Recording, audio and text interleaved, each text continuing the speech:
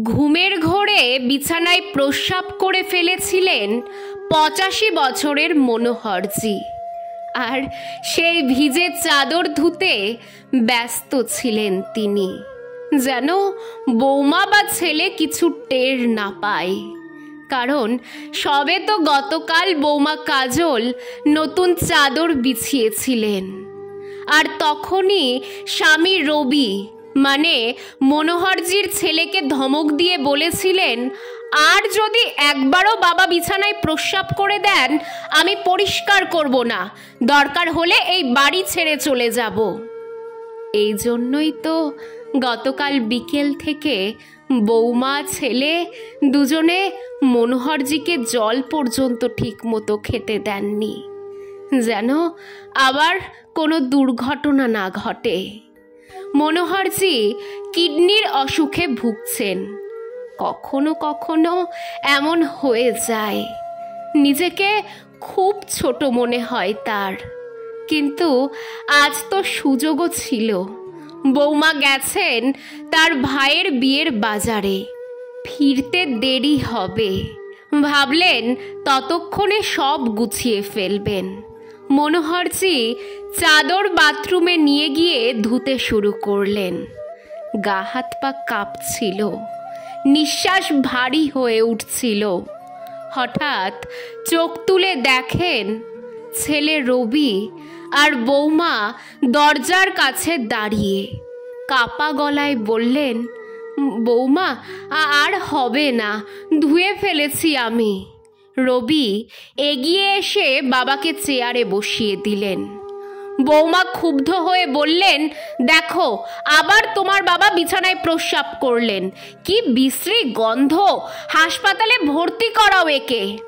কিন্তু তার আগেই রবি বলে উঠল, তুমি চাইলে তোমার বাপের বাড়ি চলে যেতে পারো, কিন্তু আমি কিভাবে তাকে ফেলে দিই, যিনি আমার গায়ে পটি হয়ে গেলে ছোটবেলা থেকেই আমার প্যান্ট পরিষ্কার করতেন। তোমার জানা আছে, যেদিন বাবা তার সম্মাননা অনুষ্ঠানে যাচ্ছিলেন আমি তার ইউনিফর্মেই টয়লেট করে দিয়েছিলাম। তিনি একটাও শব্দ না করে হাসি মুখে সেটা ধুয়ে পরে আবার চলেও গিয়েছিলেন। চলো বাবা, একদম ভিজে গেছো তুমি, ঠান্ডা লেগে যাবে, আমি চা বানাচ্ছি তোমার জন্য। রবি নতুন চাদর এনে বিছানায় বিছিয়ে দিলেন, বাবাকে বসালেন, কাপড় বদলে দিলেন, নিজে হাতে চা বানিয়ে খাওয়ালেন। মনোহরজির কাপা হাত সন্তানের মাথায় আশীর্বাদ দিতে উঠল। চোখে জল, যেটা তিনি নিজের ধুতি দিয়ে বারবার মুছছিলেন।